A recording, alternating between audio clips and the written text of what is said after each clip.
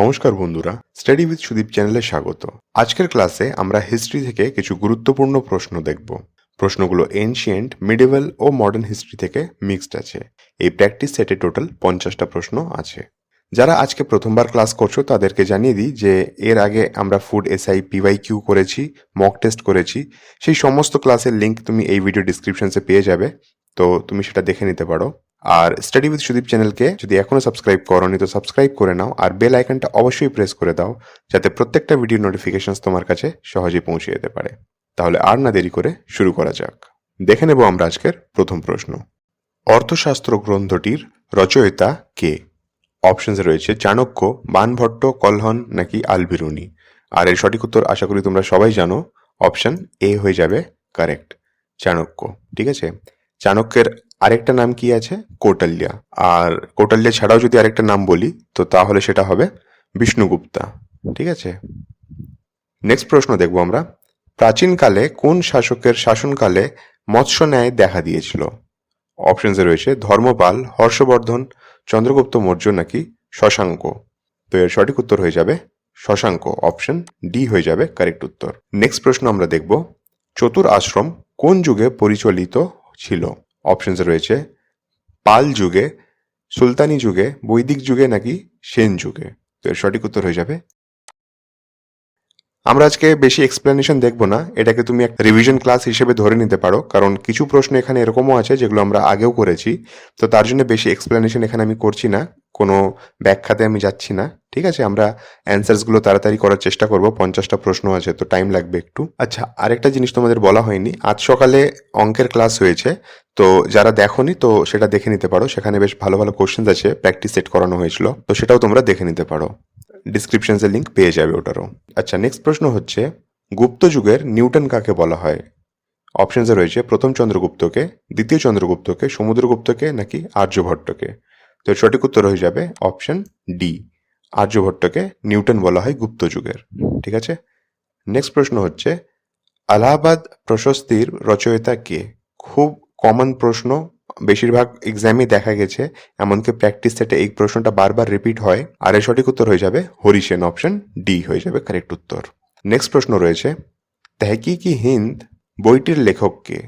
অপশনসে রয়েছে আল বিরুনি, নিজামুদ্দিন আহমদ, ফৈজ সিরহিন্দ নাকি কলহন। তো এর সঠিক উত্তর হয়ে যাবে অপশন এ, আল বিরুনি। কলহনের একটা ফেমাস বই আছে, সেই বইটার নাম যদি তোমরা জেনে থাকো তো কমেন্ট বক্সে অবভিয়াসলি কমেন্ট করে আমায় জানাবে। নেক্সট প্রশ্ন দেখবো আমরা, কার রাজত্বকালে 40 চক্র দেখা যায়? তো এর সঠিক উত্তর হয়ে যাবে অপশন বি, ইলতুৎমিশ। কোশ্চেন্সগুলো অনেকেরই ইজি মনে হতে পারে যারা বিসিএস বা এসএসসি, সিজিএল এইসব পরীক্ষার জন্য প্রিপারেশন নিচ্ছ, অবভিয়াসলি তাদের কাছে এই প্রশ্নগুলো খুব ইজি হবে।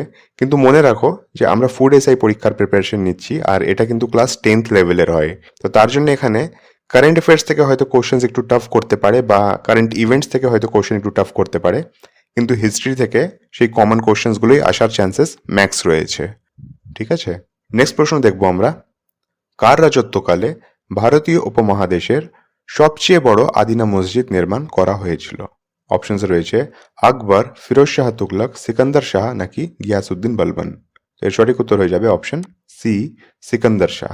এই প্রশ্নটা এই বছর ডব্লিউবিসিএস প্রিলিমসেও রিপিট হয়েছে। নেক্সট প্রশ্ন দেখব আমরা, মহাত্মা গান্ধীর রাজনৈতিক গুরু কে ছিলেন?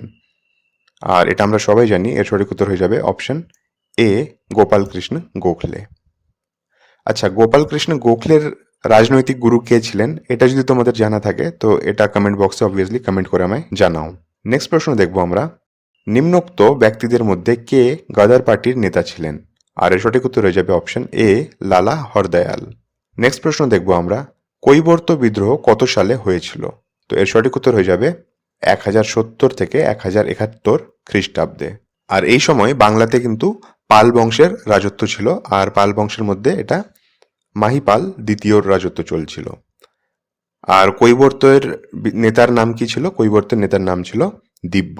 নেক্সট প্রশ্ন দেখবো আমরা, সম্পদের নির্গমন তত্ত্বের প্রবক্তা কে? যারা ইংলিশ মিডিয়াম থেকে দেখছো তাদেরকে একটু বলে দিই যে এখানে ড্রেন অফ ওয়েলথ থিওরি কার দেয়া সেটা জিজ্ঞেস করছে। তো এর সঠিক উত্তর হয়ে যাবে অপশন এ, দাদাভাই নরজি। নেক্সট প্রশ্ন রয়েছে, ঊনবিংশ শতাব্দে বাংলা গদ্য সাহিত্যের জনক কাকে বলা হয়? তো এটা আশা করি তোমরা সবাই জানো, আর এর সঠিক উত্তর হয়ে যাবে বিদ্যাসাগরকে।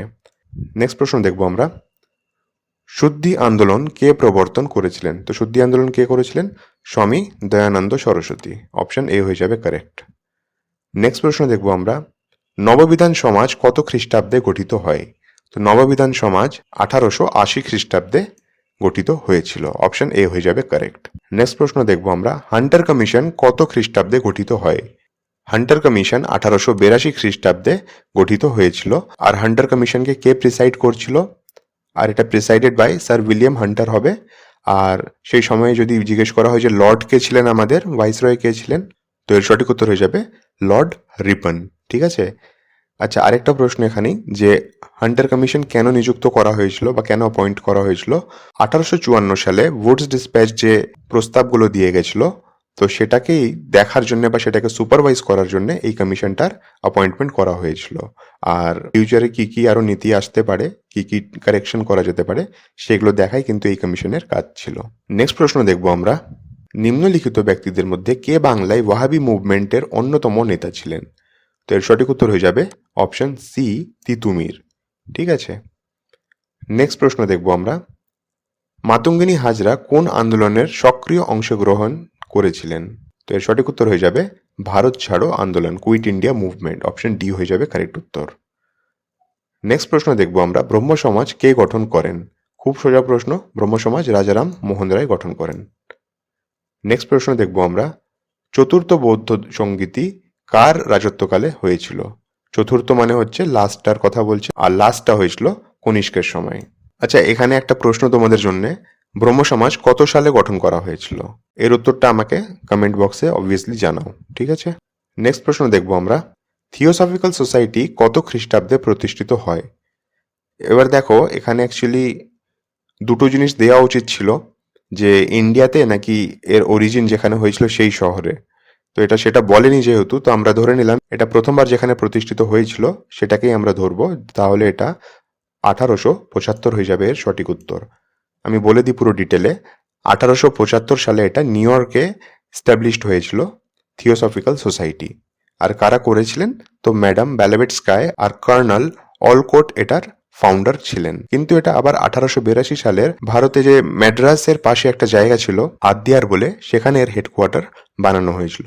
ঠিক আছে। নেক্সট প্রশ্ন দেখবো আমরা, সত্যশোধক সমাজ কে গঠন করেন? এর সঠিক উত্তর হয়ে যাবে অপশন বি, জ্যোতিবা ফুলে। নেক্সট প্রশ্ন দেখব, স্বরাজ আমার জন্মগত অধিকার খুবই ফেমাস, বাচ্চা বাচ্চাদের উত্তর পারবে। অপশন এ হয়ে যাবে কারেক্ট উত্তর, বালগঙ্গাধর তিলক। নেক্সট প্রশ্ন দেখবো আমরা, চুয়াড় বিদ্রোহ কত খ্রিস্টাব্দে শুরু হয়? ঠিক আছে। এটা বেশ একটা টাইম পিরিয়ড ধরে এটা চলেছিল, 20 বছর মতো এটা চলেছিল। তো শুরুটা জিজ্ঞেস করেছে, তো শুরুটা হয়ে যাবে 1766। অপশন বি হয়ে যাবে কারেক্ট। নেক্সট প্রশ্ন দেখবো আমরা, তেভাগা আন্দোলন কত খ্রিস্টাব্দে শুরু হয়েছিল? তো তেভাগা মুভমেন্ট শুরু হয়েছিল 1946-এ, 1946-এ। নেক্সট প্রশ্ন দেখবো আমরা, ডান্ডি অভিযানের জন্য গান্ধীজি কতজন অনুগামীকে নিয়ে ডান্ডি অভিমুখে রওনা হন? তো এর সঠিক উত্তর হয়ে যাবে 78 বা 78 জনকে নিয়ে। নেক্সট প্রশ্ন দেখবো আমরা, আলাহাবাদের সন্ধি কাদের মধ্যে স্বাক্ষরিত হয়েছিল?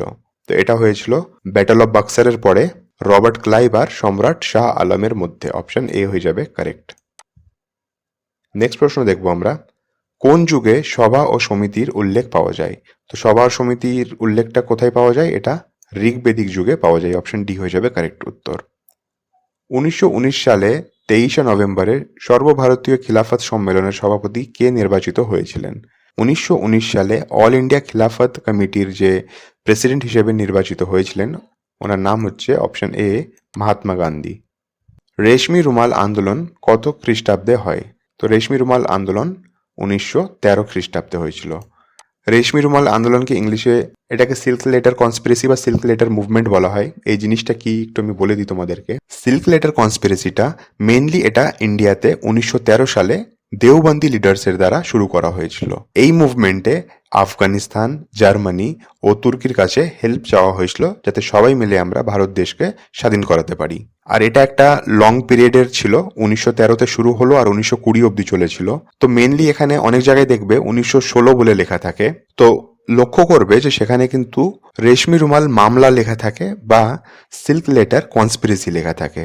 তো যদি সিল্ক লেটার কনস্পিরেসি বলা হয় তখন কিন্তু উত্তরটা 1916 হবে। আদারওয়াইজ কিন্তু এটা স্টার্ট কবে থেকে হয়েছিল যদি জিজ্ঞেস করে তো সেটা 1913ই হবে। ঠিক আছে, এর দুটো রকমের উত্তর হয়, সেই দুটোই আমি তোমাকে বলে দিলাম। নেক্সট কোশ্চেন দেখবো আমরা, কোল বিদ্রোহ কোথায় সংগঠিত হয়েছিল? খুব সোজা প্রশ্ন, কোল বিদ্রোহ অপশন এ হয়ে যাবে ছোটা নাগপুরে হয়েছিল। নেক্সট প্রশ্ন দেখবো আমরা, আইহোল শিল্পলিপিতে কার কৃতিত্ব বর্ণিত হয়েছে? আর এর সঠিক উত্তর হবে দ্বিতীয় পুলিকেশী বা পুলিকেশিন 2। আচ্ছা, এই আইহোল ইনস্ক্রিপশনটা কে লিখেছিল? তো সেটার উত্তর হয়ে যাবে রবিকীর্তি। নেক্সট প্রশ্ন দেখবো আমরা, তুজুকে বাবরি গ্রন্থটি কে রচনা করেন? তো তুজুকি বাবরি গ্রন্থটি রচনা করেন স্বয়ং নিজেই বাবর। মুঘল ডাইনেস্টিতে মাত্র দুজনেই ছিল যারা নিজের বায়োগ্রাফি লিখে গেছে, এক হচ্ছে বাবর আর এক হচ্ছে জাহাঙ্গীর। ঠিক আছে, নেক্সট প্রশ্ন দেখবো আমরা, ক্যাবিনেট মিশন বা মন্ত্রী মিশন পরিকল্পনা কবে নেওয়া হয়েছিল?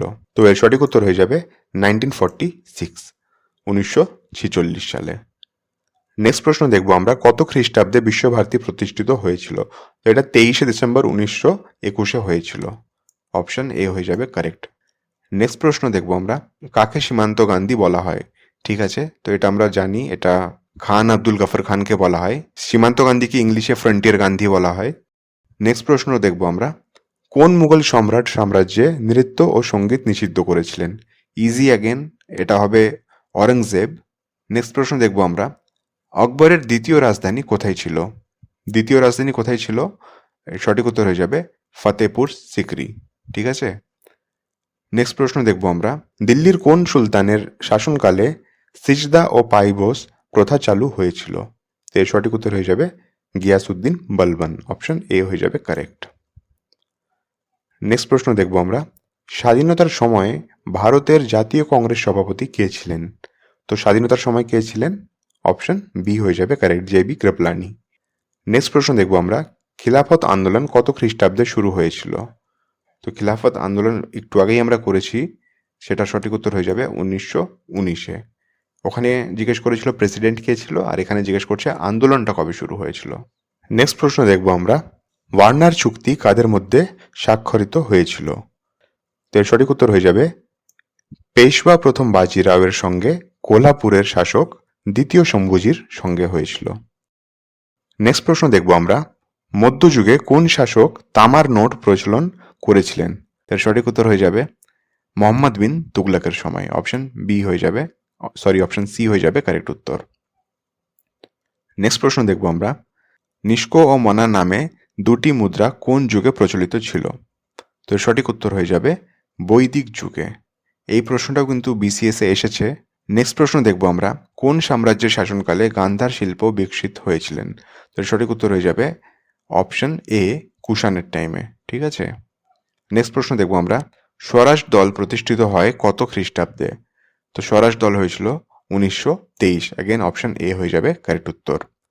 আর স্বরাজ দল বা স্বরাজ পার্টি ফাউন্ডার কে ছিলেন? ফাউন্ডার হচ্ছে C.R. দাস বা চিত্তরঞ্জন দাস। নেক্সট প্রশ্ন দেখবো আমরা, জাতীয় কংগ্রেসের প্রথম অধিবেশনের সভাপতি কে ছিলেন? খুব রিপিটেটিভ, খুব কমন আর সবার জানা এই প্রশ্নটা। ঠিক আছে, তো এর সঠিক উত্তর হয়ে যাবে W.C. ব্যানার্জি বা উমেশ চন্দ্র ব্যানার্জি। অপশন এ হয়ে যাবে কারেক্ট। নেক্সট প্রশ্ন দেখবো আমরা, ইন্ডিয়ান ইন্ডিপেন্ডেন্স লিগ কে গঠন করেছিলেন? তো এর সঠিক উত্তর হয়ে যাবে রাসবিহারী বসু। অপশন সি হয়ে যাবে কারেক্ট। সেই জায়গাটার নাম যদি কেউ বলতে পারো তো খুব ভালো হয়, যে কোন প্লেসে বা কোন প্লেসের মিটিংয়ের পরে এই ইন্ডিয়ান ইন্ডিপেন্ডেন্স লিগটা রাসবিহারী বসু গঠন করেছিলেন। নেক্সট প্রশ্ন দেখবো আমরা, জয়দেব কোন রাজার রাজসভায় পঞ্চরত্নের একজন রত্ন ছিলেন? তো এর সঠিক উত্তর হয়ে যাবে অপশন বি লক্ষণ সেন। আর আজকে লাস্ট প্রশ্ন দেখবো আমরা, হর্ষচরিত্র গ্রন্থটির রচয়িতা কে? তো এর সঠিক উত্তর হয়ে যাবে অপশন এ বাণভট্ট। ঠিক আছে, তাহলে 50টা প্রশ্ন আমরা দেখলাম হিস্ট্রি থেকে, যেটা আসা যোগ্য আছে, এগুলো আসতে পারে কারণ 10th লেভেলের পরীক্ষা আছে। আমি আবার বলছি, অনেককেই এই প্রশ্নগুলো ইজি মনে হতে পারে, তো ভিডিওটা যদি ভালো লেগে থাকে তাহলে একটা লাইক করে দিও আর তোমার ফ্রেন্ডসদের সঙ্গে শেয়ার করে দেবে। আর যদি চ্যানেলকে এখনও সাবস্ক্রাইব করোনি তো সাবস্ক্রাইব করে নাও আর বেল আইকনটা অবশ্যই প্রেস করে দাও, যাতে প্রত্যেকটা ক্লাসের ও নিউ জব নোটিফিকেশনস তোমার কাছে সহজেই পৌঁছে যেতে পারে। তাহলে দেখা হচ্ছে নেক্সট ক্লাসে। ততক্ষণ পড়তে থাকো, রিভাইজ করতে থাকো।